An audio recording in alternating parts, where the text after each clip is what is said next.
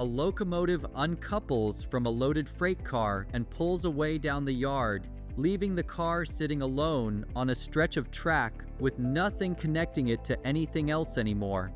Bolted to one end is a steel wheel about the size of a dinner plate, linked by a visible chain to gears underneath the car. No sensor, battery, or wireless signal, nothing electronic anywhere near it. In an industry that tracks cargo by satellite and hauls it behind locomotives producing thousands of horsepower, this hand-cranked wheel isn't some leftover relic tolerated out of nostalgia. It's federally required on every single freight car in the country. So why does a network built on some of the most advanced logistics technology on Earth still depend on something a railroad worker from the 1800s would recognize on sight? Let's get into it right here on Small Things.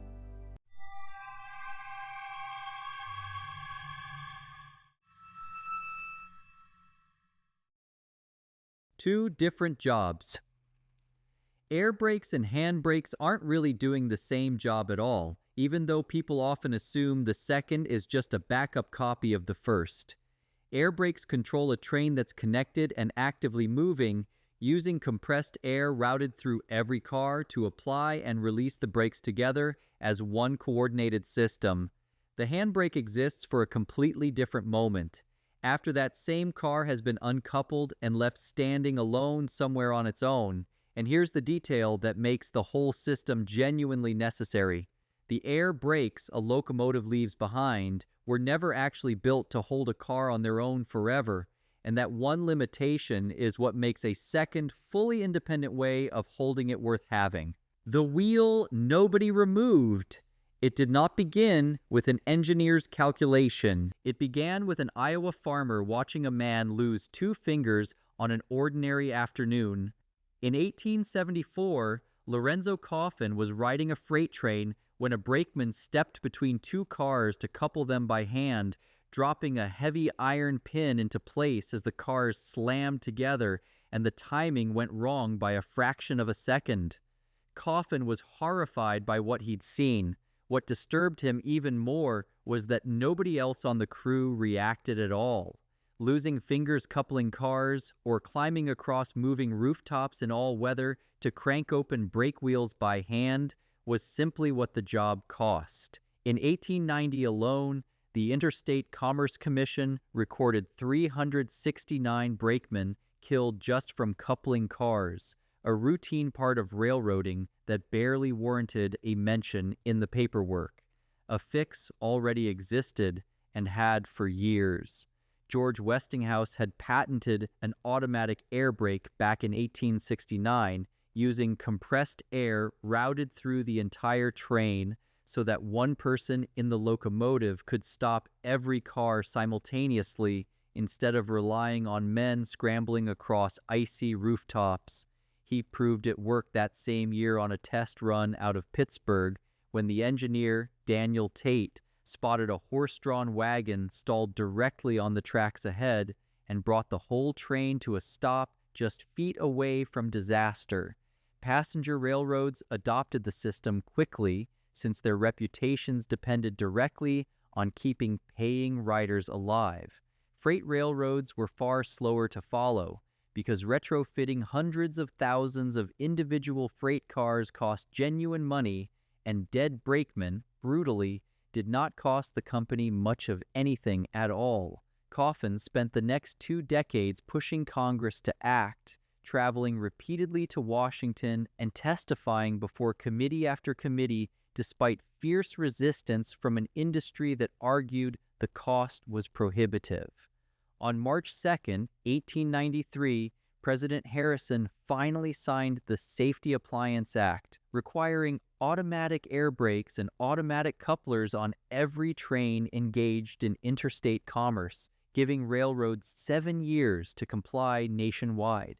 But notice carefully what that law didn't do. It never eliminated the handbrake and never so much as reclassified it as outdated equipment.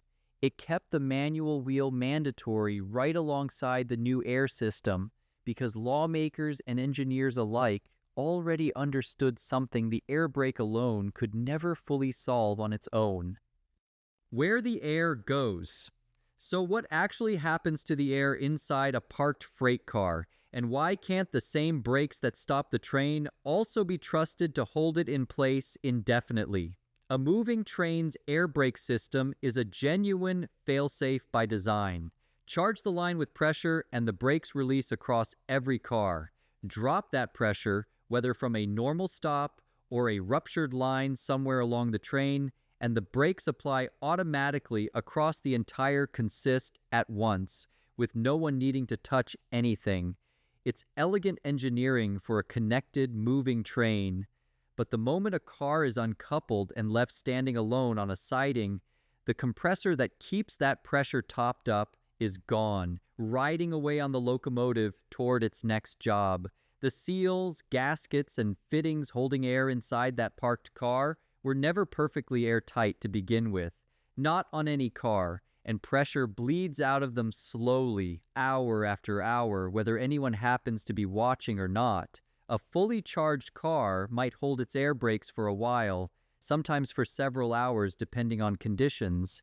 Eventually, though, the pressure drops below what's actually needed to keep the shoes pressed firmly against the wheels, and the brakes release entirely on their own. The handbrake sidesteps that entire problem by never depending on air pressure at all, from start to finish. Cranking the wheel turns a geared mechanism that winds a chain onto a drum, pulling a rod connected to the brake rigging underneath the car until the shoes press hard against the wheel treads. A worm gear inside that mechanism keeps the chain from unwinding on its own, so the brake holds through nothing but mechanical friction, indefinitely, with no pressure to maintain anywhere and no seal that ever needs to stay airtight. Setting it properly takes real physical effort, typically somewhere between 100 and 200 pounds of force applied at the wheel, and it has to be cranked tight enough to actually hold a loaded car, not just enough to feel snug under a light push from one hand. Not one brake, not an upgrade. It would be easy to assume that setting one handbrake on a freight car is enough to secure it, since the whole point of the mechanism is holding a stationary car firmly in place regardless of conditions.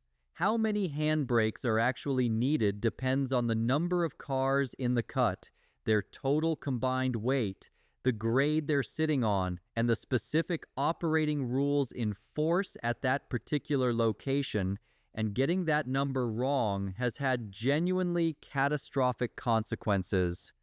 In 2013, a runaway train that had been left with handbrakes applied only to its locomotives, but not to the loaded tank cars behind them, rolled downgrade into the town of Lac-Mégantic, Quebec, after its air pressure finally bled away overnight while nobody was watching.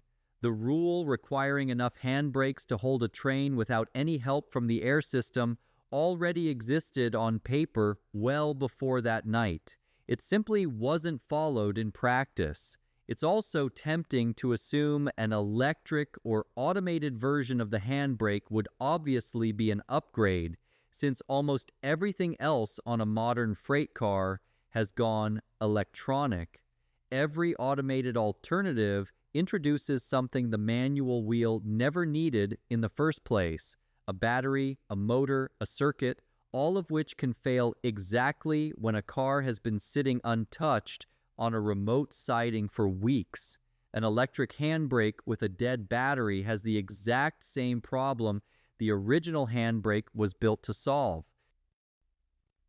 People around the wheel. A conductor climbs the end ladder of a tank car before walking away from a cut left on a quiet siding overnight, grips the wheel with both hands, and cranks it clockwise until the resistance builds into something solid under her arms and shoulders, then gives the car a firm push against the rail to confirm it genuinely won't roll an inch once she's gone. At a yard office, a trainee sits through a session on the Lac-Mégantic disaster before ever touching a wheel for the first time, watching his supervisor walk through exactly what went wrong that night. Less a history lesson than the actual reason every step he's about to learn gets treated as non-negotiable rather than routine. Before a crew departs with a cut of cars pulled from long-term storage after months of sitting idle, someone walks the entire length of the train, releasing each handbrake in turn, checking that every wheel spins freely again before the locomotive ever takes up the slack and starts pulling forward. Years later, a track inspector walking a remote branch line on a routine patrol notices a single freight car standing alone on a spur, its handbrake wheel cranked down tight exactly as it was left, holding a load that hasn't moved an inch in the many weeks since anyone last touched it or checked on it at all. The backup that needs nothing. The wheel looks old because its design genuinely is old, unchanged in principle since long before anyone alive today was ever born into a world with satellites tracking freight. It remains standard equipment, not because railroads gave up trying to modernize it or couldn't be bothered, but because the problem it solves, a parked car with no power source anywhere nearby, has never once actually gone away. The best backup a system can have is one that depends on nothing the primary system depends on, drawing no current, needing no signal, waiting on nothing at all. A chain pulled tight by a hand-cranked wheel asks for nothing, and that's exactly why it still works. If this changed the way you look at a freight car sitting on a siding, let us know in the comments below what you want us to explore next. We might make it our next episode. Thanks for watching. History often hides in the smallest details.